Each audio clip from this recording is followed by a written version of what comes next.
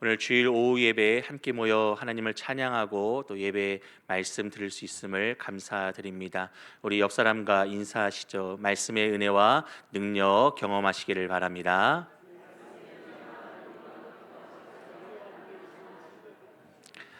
항상 수고해 주시는 우리 주일 오후 찬양팀과 오늘 또 드리모스 땀 흘리면서 율동해 주심을 감사드립니다. 은혜가 풍성합니다.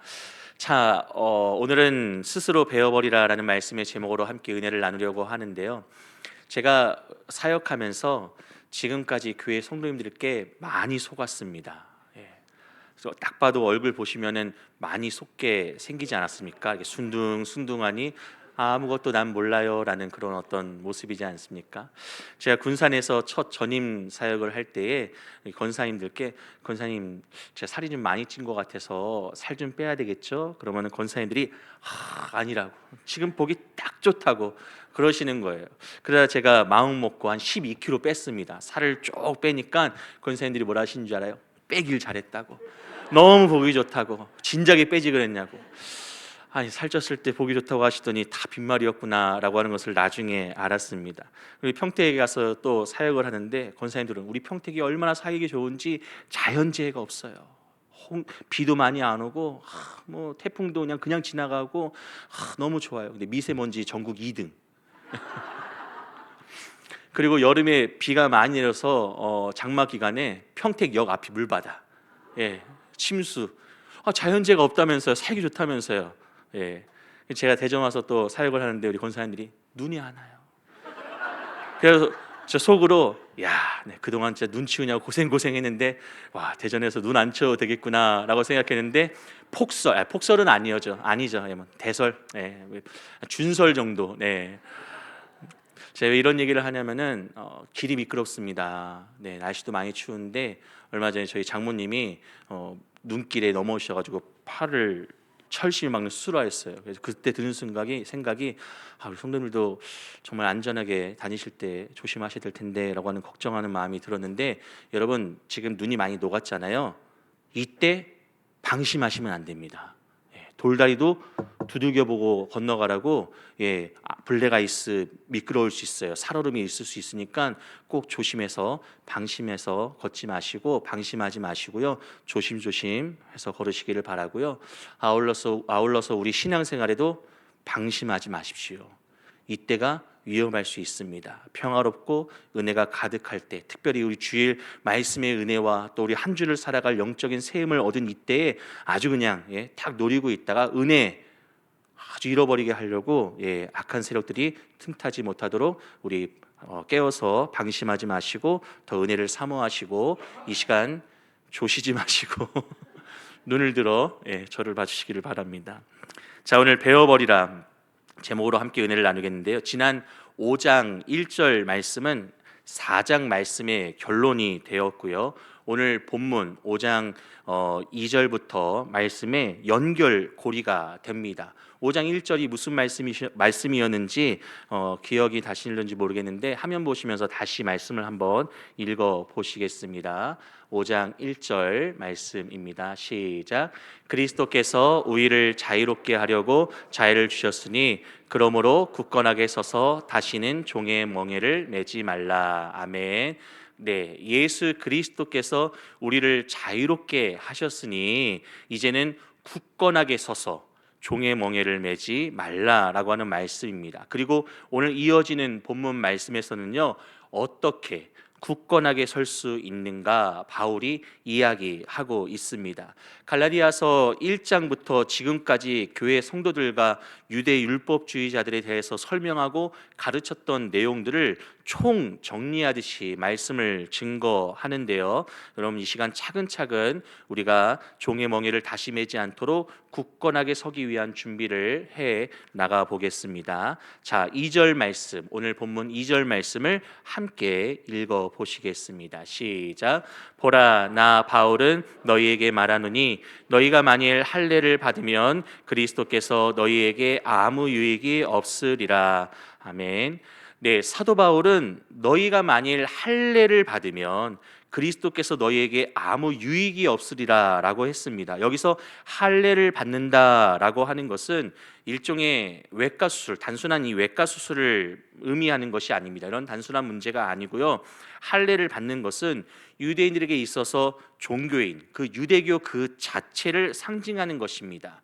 무슨 말이냐면요, 유대인들은 율법에 복종하고 또 선한 행위를 의지할 때 구원을 받는다라고 생각했는데요, 이 할례가 바로 율법에 복종하고 또 그리고 구별된 족속으로서의 자격을 갖춘다라고 하는 종교 의식과 같기 때문에 유대인들은 이런 할례와 같은 종교적인 의식 또 행위를 통해서 구원에 다다를 수 있다라고 생각했습니다. 그런데 우리가 지금까지 사도 바울을 통해서 배운 것이 무엇입니까?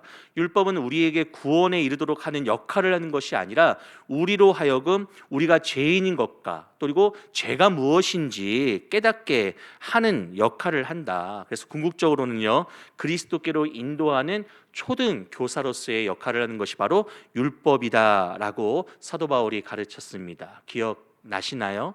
예. 율법이 아닌 오직 하나님의 은혜로 우리는 구원을 받을 수 있습니다. 바로 이것이 기독교의 본질이고요, 구원받는 근거가 되는 말씀입니다. 그래서 성경은 곳곳에서 이렇게 증거하고 있습니다. 먼저 로마서 3장 25절 말씀을 화면을 보시고 함께 읽어 보시겠습니다. 시작.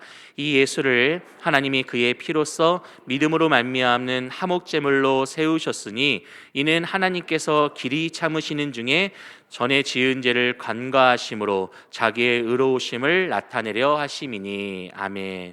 맞습니다. 하나님께서 예수님의 피를 화목제물로 삼아서 우리를 불쌍히 여기사 구원하셨습니다. 그리고 에베소서 2장 8절 말씀에서는요, 이렇게 증거합니다. 너희는 그 은혜에 의하여 믿음으로 말미암아 구원을 받았으니 이것은 너희에게서 난 것이 아니요 하나님의 선물이라. 아멘. 우리는 믿음으로 말미암아 구원을 받았습니다. 이것이 바로 하나님의 선물임을 믿으시기를 바랍니다. 율법이 아니라 믿음입니다. 그리고 하나님의 은혜인 것이죠. 만약 유대 율법주의자들이 주장하는 대로 할례를 받아야 구원을 받는다면 성경이 증거하는 구원자 그리스도가 우리에게 아무 의미가 없을 것입니다. 따라서 율법, 곧 종교적인 의식이나 행위는 결코 우리의 구원에 아무런 영향을 미치지 못합니다. 그런 의미에서 예배를 형식적으로 아무 의미 없이 그냥 드리지 마시기를 바랍니다. 내 인생의 마지막 은혜의 자리다라고 하는 이 마음으로 더욱 사모하시고 더욱 갈급해하시고 더욱 기대하는 마음으로 예배하시기를 바랍니다. 그럴 때 우리의 예배가 단순히 종교적인 행위나 의식이 아니라 구원의 은혜와 감격을 크게 받고 누리는 감사하는 시간이 될 수 있을 줄로 믿습니다. 그럼 우리가 율법으로 구원받을 수 없는 이유가 있는데요, 그 이유가 무엇일까요? 이제는 어느 정도 감이 오실 거다라고 생각이 드는데 그것은 바로 무엇이냐면요, 우리가 율법을 다 행할 수 없기 때문입니다. 다 행할 수 없다라고 하는 것은 하나라도 지키지 않으면 문제가 된다라고 하는 것이죠. 오늘 3절 말씀을 함께 보시면요, 우리 함께 읽어보겠습니다. 시작. 내가 할례를 받는 각 사람에게 다시 증언하노니 그는 율법 전체를 행할 의무를 가진 자라. 이 말은요, 할례를 받은 사람들은 모두 다 율법 전체를 지키고 행해야 할 의무가 있다라고 하는 말씀이죠. 그러니까 우리가 율법의 모든 요구를 완전히 실천할 수 없기 때문에 이 할례와 같은 율법의 요구들을 지키면 구원에 이를 수 있다라고 말하는 유대 율법주의자의 주장이 옳지 않다라고 하는 것을 사도 바울이 역설적으로 말씀을 표현한 것입니다. 당시 율법주의자들은요, 갈라디아 교회 성도들에게 율법을 준행해야지만 구원받을 수 있다고 주장했습니다. 그러면서 상징적인 할례를 받도록 재촉을 했는데요, 하지만 그들은 이 율법을 모두 다 지켜야지만 의롭다고 인정받을 수 있다라고 하는 사실은 말하지 않았습니다. 왜요? 부담스럽잖아요. 이 말을 하면은 할 수 있어? 불가능하잖아 하면서 아무도 율법을 따라 살지 않을 것이다 라고 생각했기 때문에 율법을 모두 다 지켜야 된다라고 하는 가장 중요한 사실은 쏙 빼놓고 할례만 받으면 돼. 야, 할례만 받으면 우리는 하나님께 구원받을 수 있어. 율법을 지킨 것이야 라고 그렇게 주장했던 것이죠. 왜냐하면 이렇게 말할 수밖에 없었던 것은 유대 율법주의자들조차도 율법 전체를 다 지킨다라고 하는 것은 불가능하다라고 하는 사실을 알고 있었기 때문입니다. 그래서 가장 중요한 알맹이는 쏙 빼놓고 실천하기 가장 쉽다고 생각하는 외적 행위, 곧 할례를 받음으로 의로움의 증거를 삼으려고 했던 것이죠. 사실 우리가 율법을 다 지켜 행할 수 없는 이유는 이 율법의 기준이 까다롭기 때문이기도 하지만요, 가장 중요한 원인은 우리 속에 자리 잡고 있는 이 죄의 힘 때문입니다. 모든 인간은 죄를 범하였음에 하나님의 영광에 이르지 못하고요, 의인은 없으되 하나도 없다라고 하는 말씀을 통해서도 우리 안에 선한 것보다 악하고 죄악된 것이 더 많다라고 하는 것을 알 수 있죠. 이 죄의 힘 때문에 율법을 지키기가 어렵다라고 하는 것이에요. 물론 율법 자체도 다 준행하는 것이 힘들지만 우리가 의로울 수 없기 때문에 율법을 준행한다라고 하는 사실 바로 어렵고요. 또 이 죄의 문제가 율법 하나님 말씀을 온전히 지키고 따라 살게 하는데 방해가 되고 그리고 걸림돌이 된다라고 하는 것이죠. 4절 말씀을 보시면 이해하는 데 도움이 될 것 같습니다. 4절 말씀을 함께 읽어 보시겠습니다. 시작. 율법 안에서 의롭다 함을 얻으려 하는 너희는 끊어지고 은혜에서 떨어진 자로다. 당시 믿음으로 구원받은 갈라디아 교회 성도들의 믿음이 사라지고 또 그리스도께서 끊어지고 또 은혜를 잃어버린 이유가 무엇인가 하면요, 바로 유대 율법자들의 꼬임에 빠져서 행위로 구원받고자 하는 노력을 했기 때문입니다. 결국 율법의 요구를 완전히 충족시킬 수 없었고요, 그 결과 저주 아래에 놓여 있을 수밖에 없었던 것입니다. 그래서 우리에게 필요한 것이 무엇일까요? 바로 은혜입니다. 하나님의 은혜, 오직 하나님의 은혜가 필요함을 깨달으시기를 바랍니다. 율법을 다 행할 수 있는 힘도 가능성도 없는 우리가 구원받을 수 있었던 중요한 이유는 예수 그리스도를 우리에게 주사 대신 죄를 지시고 또 피 흘리심으로 우리 안에 의의 가능성을 열어주셨다는 것, 그리고 하나님께로 나아갈 수 있게 하신 오직 은혜가 바로 우리로 하여금 구원에 이르게 하였음을 믿으시기를 바랍니다. 은혜가 필요합니다. 율법이 아닌 은혜가 필요한 것이죠. 그럼 이제 이렇게 오직 은혜로 구원받은 우리가 힘써야 할 것 무엇일까요? 5절 말씀을 통해서 배울 수 있습니다. 5절 말씀을 함께 힘있게 읽어보겠습니다. 시작. 우리가 성령으로 믿음을 따라 의의 소망을 기다리노니. 아멘.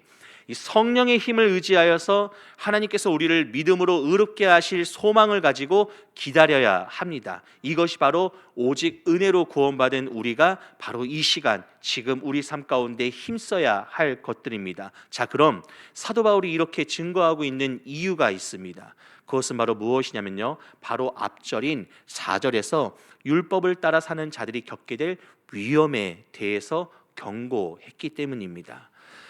이제 복음 안에서 신실하게 살아가는 성도의 삶이란 어떤 것인가 하는 것을 말해주기 위해서 앞서 4절을 말씀했는데요, 복음 안에서 살아가는 성도들은 성령으로 말미암아 영적인 힘을 얻어서 구원의 소망을 바라보며 또 영적인 생활을 계속 이어나갈 수 있음을 이 시간 깨달으시기를 바랍니다. 그래서 오직 은혜 다음에는 오직 성령입니다. 성령이 아니고서는 은혜를 계속 유지하고 이어나갈 수가 없습니다. 은혜로 구원받은 우리 성도들은 그래서 그 다음에 성령세를 사모해야 되고요, 성령을 경험한 지체들은 계속 그 성령을 유지하며 성령을 따라 살기 위한 성령 충만한 삶을 더 갈급해야 됩니다. 그래야지만 은혜가 지속될 수 있습니다. 은혜가 빠진 자리에 자꾸 율법이, 세상의 것들이 들어오려고 하기 때문에 계속 하나님의 은혜로 채워 나가야 됩니다. 그 힘이 우리에게 없기 때문에 우리는 성령의 힘을 의지하여서 믿음을 따라 의의 소망을 기다리는 것이죠. 여러분, 성령님께서는 구원의 소망이 이루어지는 그 날까지 성도를 지키시고 이끄시는 분이심을 믿으시기를 바랍니다. 그럼 성령의 힘을 의지하며 바라볼 것은요, 바로 의의 소망을 기다리는 것입니다. 5절 말씀에서 믿음으로 의의 소망을 기다린다라고 하였습니다. 여기서 의의 소망이란 무엇이냐면요, 마지막 날에 최종적으로 우리를 의롭게 하시는 것, 신학적인 말로 조금 어렵게 말하면은 종말론적인 칭의, 마지막 때에 하나님께서 의롭게 여겨 주시는 것입니다. 물론 우리가 예수 그리스도를 믿음으로 우리 안에 있는 예수님을 보시고 영접한 그 예수님을 믿는 믿음을 보시고 우리를 의롭다 칭해 주십니다. 그런데요, 이러한 가정이 요한 웨슬리는 뭐라고 얘기했냐면 그리스도인들의 성화라고 이야기했습니다. 그리스도인들이 이 땅 가운데 살아가면서 계속적으로 말씀으로 훈련받고 예배하면서 성령의 능력으로 힘입어 의의 소망을 기다리니 계속 점진적으로 어떻게 될까요? 성화, 거룩해진 삶을 계속 살아갈 수 있는 거예요. 믿음의 성숙을 이뤄가죠. 하지만 완전하지 않습니다. 예수님께서 이 땅에 다시 오시고 재림의 날에 하나님 나라에 이를 때, 그때 비로소 우리는 그리스도인의 완전해진 그 은혜를 경험할 수 있게 되는 것이지요. 그래서 우리는 지금 이 땅 가운데에서 바로 성령의 힘을 의지하여서 믿음으로 의의 소망을 기다리는 것, 곧 마지막 날 하나님께서 우리에게 의롭다라고 칭해 주실 그때를 기다리는 것, 바로 그것이 재림하시는 영광스러운 그때에 믿는 성도가 얻게 될 의의 면류관임을 믿으시기를 바랍니다. 물론 우리가 예수 그리스도를 믿고 영접할 때 분명히 하나님께서 우리를 의롭게 여겨 주십니다. 하지만 계속적으로 예수님을 통해 의로워진 성도들 끊임없이 재림의 소망을 품고요, 끝까지 믿음으로 인내하며 기다리는 것, 그것이 바로 하나님의 인정과 용납하심임을 깨달으시고 믿음을 잃지 말고 인내하시면서 끝까지 주님을 향하여 나아가시기를 부탁드립니다. 자, 우리가 할 일은 그럼 무엇일까요? 우리가 성령의 힘을 의지하여서 믿음으로 의의 소망을 기다리는데 말씀에도 나오잖아요. 우리가 할 것은 바로 단지 기다릴 뿐입니다. 그때가 언제인지 알 수도 없고 또 분명히 그날이 올 것을 우리는 믿는데 우리가 할 수 있는 일은 기다릴 뿐이다라고 하는 것이죠. 목사님, 기다리기만 하면 됩니까? 라고 물으실 수 있는데, 네, 기다리기만 하면 됩니다. 특별히 우리가 뭔가를 하지 않아도 됩니다. 우리가 뭔가를 특별히 했다고 의로워지는 것도 아니고 우리가 특별해져서 예수님의 재림이 때가 당겨지는 것도 아닙니다. 우리는 단지 바라고 기다릴 뿐입니다. 그럼 매우 쉬운 일이 아닌가요? 라고 말씀할 수 있는데, 기다리는 것이 쉽게 느껴질 수도 있겠지만, 그런데 여러분 그거 아시나요? 기다리는 일이 그렇게 쉽지 않습니다. 우리가 할 수 있는 일이 기다리는 일인데, 기다리는 일이 가장 어렵습니다. 누군가의 약속을 하고 또 약속 장소에서 기다리는데 상대방이 시간이 지나도 오지를 않아요. 지난 말씀을 떠올려 보면 동양백화점이요? 거기서 우리 몇 시에 만나고 기다리는데 안 와요. 집에 전화해 봤더니 집에서도 받지도 않고 집안에서 출발을 했는지 오긴 오는 것인지 시간은 이미 한참 지난 것 같은데 계속 기다려야 하는지 그냥 포기하고 나도 집에 돌아가야 하는지 오만 가지 생각이 듭니다. 물론 지금이야 뭐 핸드폰이 있어서 통화하면 되지만 핸드폰이 없던 시절에 기다려 보셨잖아요. 오지를 않습니다. 딱 그런 마음이 들면 기다리는 것이 결코 쉽지 않습니다. 오늘날 성도들도 믿음을 갖고 기다립니다. 그런데 언제 오실런지 알 수가 없어요. 오신다고 하셨는데 정말 오시는 것인지 자꾸 의심이 듭니다. 누가 옆에서 거짓말로 우리 마음을 심란하게 합니다. 예수님이 오시긴 오시냐, 안 오실 것 같은데 너가 속고 있는 거 아니냐, 지금이라도 늦지 않았으니 자, 얼른 다른 길을 알아봐라 하면서 우리의 마음을 쥐고 흔듭니다. 그래서 흔들리고 지치기도 하고 마음이 어렵습니다. 기다리기만 하면 되는데 기다리는 일이 가장 힘듭니다. 그래서 기다리는 일이 가치가 있습니다. 기다림에는요, 믿음의 인내가 들어갑니다. 소망이 있습니다. 하나님 나라의 때를 기대하는 마음이 간절합니다. 그래서 끝까지 기다린 자들이 인정을 받는 것입니다. 성도 여러분, 우리 힘으로 의의 소망의 때를 기다리는 것이 어려우니 사도 바울은 말씀에서 성령의 힘을 의지하여서 믿음을 가지고 끝까지 기다려라 하고 말하고 있습니다. 끝까지 기다리시기를 바랍니다. 어디 가지 마시고요. 그 자리를 잘 지키시기를 바랍니다. 우리의 자리를 빼앗으려고 도전하고 또 덤비는 악한 사탄 세력들을 예수님의 이름으로 싸워 이기시고 승리하셔서 의의 소망을 이루시고 우리의 자리를 지키시고 그 자리에서 기다림으로 예수님 다시 오시는 그날에 기쁨으로 나아가 주님을 맞이할 수 있는 우리 모두가 될 수 있기를 바랍니다. 자, 6절부터 8절까지 말씀을 보시겠습니다. 우리 교독하시겠습니다. 제가 먼저 읽을게요. 그리스도 예수 안에서는 할례나 무할례나 효력이 없으되 사랑으로서 역사하는 믿음뿐이니라.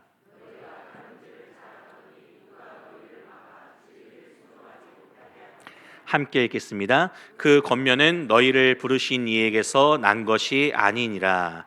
우리가 말씀에서 주목해야 할 대목은 바로 너희가 다름질을 잘 하더니입니다. 다림질이 아닙니다. 다름질입니다. 말씀을 통해 알 수 있는 것은요, 지금까지 성도들이 믿음의 경주를 잘 달려가고 있었습니다. 그런데 지금 그 앞길을 막고 있어요. 누가요? 유대 율법주의자들이 막아서서 예수 그리스도를 따라 달려가지 못하도록 방해합니다. 제가 초등학교 6학년 내내 육상부였습니다. 이런 겨울에는요, 운동장 실내 체육관이 없으니까요, 운동장 한가운데다 비닐하우스, 트랙에 비닐하우스를 쳐서 제가 좋은 학교를 다녔나 봐요. 그런 거 보신 적이 없으시죠? 대소사 초등학교는요, 운동장 큰 넓은 곳에다가 비닐하우스를 트랙에다가 딱 쳐서 겨울이면 그 안에서 육상부가 운동을 했습니다. 따뜻하게요. 와 하시는 분들이 있네요. 야, 대단합니다. 근데 제가 육상부에서 무슨 종목을 담당했냐면, 키가 크니까 제가 나름대로 한 105cm 됩니다. 키가요? 아니요, 다리 길이만. 일명 롱다리 아니겠습니까? 긴 다리를 쭉쭉 사용해서 110m 남자 허들 선수였습니다. 무시당하는 느낌이 드는데 그냥 이건 제 느낌이겠죠? 지금은 이래도 그 당시에는요, 엄청났습니다. 날렵했죠.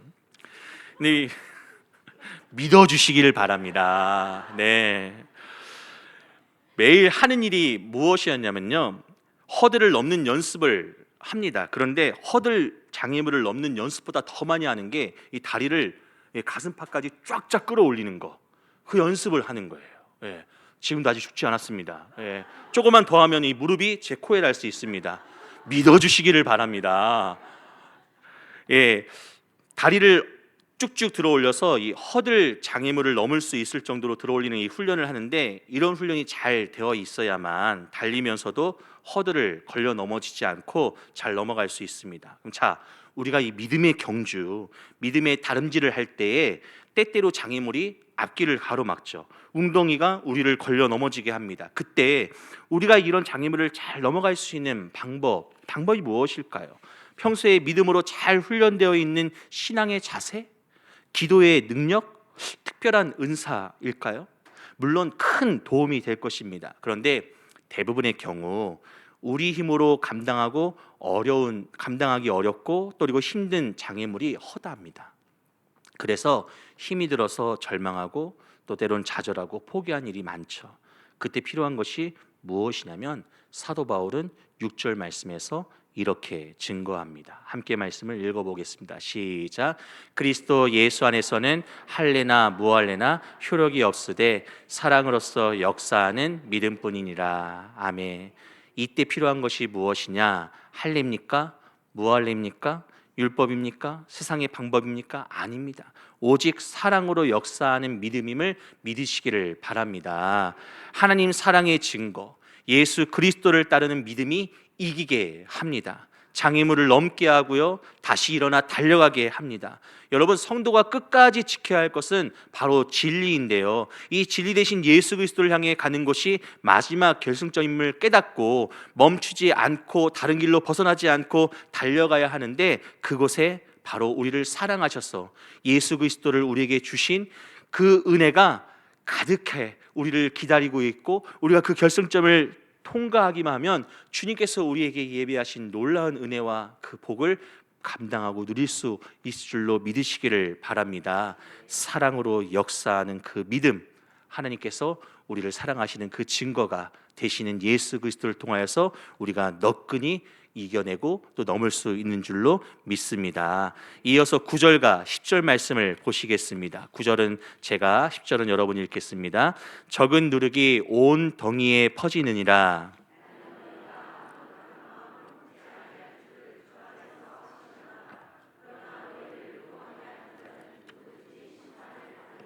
아멘. 사도 바울은 적은 누룩이 온 덩이에 퍼진다라고 하였습니다. 이 말은 갈라디아 교회에 가만히 들어온 거짓 형제, 곧 유대 율법주의자들의 위험에 대해서 말하고 있는 것입니다. 이들은 처음에 적은 누룩과 같이 들어왔습니다. 그런데 이 누룩의 특징이 무엇인가요? 우리가 알고 있는 것처럼 넓게 퍼지는 데 있습니다. 꼭 전염병처럼 온 세상에 천지에 퍼집니다. 우리 믿는 성도들 가운데 누룩처럼 전염병처럼 퍼지는 것이 있는데 그것이 무엇이냐면 바로 죄입니다. 죄와 같이 악한 힘은 엄청난 전염성을 가지고 있습니다. 계속해서 또 다른 죄를 생산하고요, 악한 일들이 일어나게 합니다. 대표적으로 우리는 이런 죄나 악한 일들이 점점 퍼지고 늘어나는 것을 무엇을 통해 알 수 있냐면 거짓말을 통해 알 수가 있습니다. 여러분, 거짓말을 해보신 경험들이 있으시죠? 또 한 번 놀랐습니다. 아무도 없으신 것 같아요. 저만 있는 것 같은데 부끄럽습니다. 아니, 살아오면서 한 번도 거짓말을 안 해보셨을까? 예, 그런 표정들을 하고 계시는데 그냥 좋습니다. 저만 한 것으로 하시죠. 예, 아무튼 거짓말을 하면 어떻습니까? 그 거짓말을 숨기기 위해서 또 다른 거짓말을 하고 거짓말이 들킬까봐 더 큰 거짓말을 하지 않습니까? 정말 다들 모른 척하고 계시네요. 야, 예, 거짓말을 안 해서 이해가 안 되시는 것 같아요. 그럼 이런 경험을 한 사람 한 예로 한번 들어보겠습니다. 다윗을 희생시켜야겠어요. 우리를 위해서. 예, 다윗은 자신의 부하 이 우리아의 아내였던 이 밧세바와 부적절한 관계를 맺었습니다. 그리고 이 일이 밝혀질까봐 우리아를 죽여버리죠. 다윗은 자신의 이 간음죄를 숨기기 위해서 더 큰 죄, 살인죄를 저질렀던 것입니다. 이것이 바로 죄의 속성입니다. 죄는 한 번 저질러진 것으로 끝나지 않습니다. 그것은 계속해서 자리를 옮기면서 또 다른 죄, 더 큰 죄를 불러일으킵니다. 따라서 죄는 그것의 기미가 보일 때 바로 그 자리에서 해결해야 합니다. 커다란 빵덩어리에 핀 약간의 이 곰팡이를 바로 제거하지 않으면요, 얼마 지나지 않아서 온 빵덩어리에 퍼집니다. 한 상자 안에 귤이 담겨 있는데요, 귤 하나가 곰팡이가 썼어요. 그래서 막 썩고 있는데 그걸 빼놓지 않으면 그 곰팡이가 다른 귤도 같이 썩게 합니다. 작은 죄의 싹을 즉시 잘라내지 않는다면 그것은 한 인간을 구제하기 어려울 정도로 참혹한 죄인으로 만들어 버립니다. 그래서 사도 바울은 오늘 말씀에서 이렇게 권면합니다. 마지막 11절과 12절 말씀인데요, 11절은 제가, 12절은 여러분이 읽으시겠습니다. 형제들아, 내가 지금까지 할례를 전한다면 어찌하여 지금까지 박해를 받으리요? 그리하였으면 십자가의 걸림돌이 제거되었으리니. 네, 12절 하반절에 보니 바울은 누룩과 같은 이런 자들이 십자가의 걸림돌이 될 수 있으니 제거해보려고 하는데 어떻게 제거하느냐? 스스로 베어버리라 라고 말합니다. 스스로 베어버리라. 우리 곁에 두면 이런 자들은요, 누룩과 같이 온 전체에 퍼져서 못쓰게 만들고 병들게 만들기도 하지만요, 한 개인을 넘어서 공동체를, 사회 전체를 전염시키고 병들게 할 수 있습니다. 그래서 바울이 너희를 어지럽게 하는 이런 누룩과 같은 자들을, 누룩과 같은 이 죄의 문제를 스스로 베어버리기를 원하노라 라고 말하는 것입니다. 사랑하는 성도 여러분, 병든 부위를 스스로 베어버리는 것은 결코 쉬운 일이 아닙니다. 어려운 일입니다. 하지만 누가 대신 해줄 수 있는 일도 아닙니다. 스스로 문제의 심각성을 깨닫고요, 더 번지기 전에 베어버리고 끊어버리고 벗어나는 것은 내가 해야 하는 일입니다. 죄의 문제를 깨닫는 것도요, 내가 해야 되는 일이고요, 죄의 문제를 깨닫지 않으면요, 인지하지 못하고 자각하지 못하면 회개하지 못합니다. 하나님께 용서를 구할 수가 없습니다. 스스로 베어버려야 합니다. 지금 여러분을 위협하는 누룩과 같은 것들이 있습니까? 그것이 아무리 작은 것이라도 더 크게 자리 잡기 전에 심각하게 여기시고요, 이런 누룩은 단순히 나를 집어삼키는 것으로 끝나지 않고 나의 사랑하는 가족과 가정, 또 사랑하는 사람들과 내 주변, 교회 공동체까지 위험하게 만들 수 있는 죄의 누룩이라고 하는 사실을 깨달으시고요, 지금 당장 스스로 베어버리는 삶의 회개, 노력과 신앙의 결단의 시간을 가지시기를 바랍니다. 그러하기 위해서 끊임없이 성령의 힘을 의지하여 믿음의 소망을 가지시고요, 예수님 다시 오실 때를 잘 기다리시면서 지금 이 자리를 잘 지키시기를 부탁드립니다. 믿음의 다름질을 멈추지 않고 끝까지 함께 달려나가는 우리 성산의 가족이 될 수 있기를 예수님의 이름으로 축복합니다.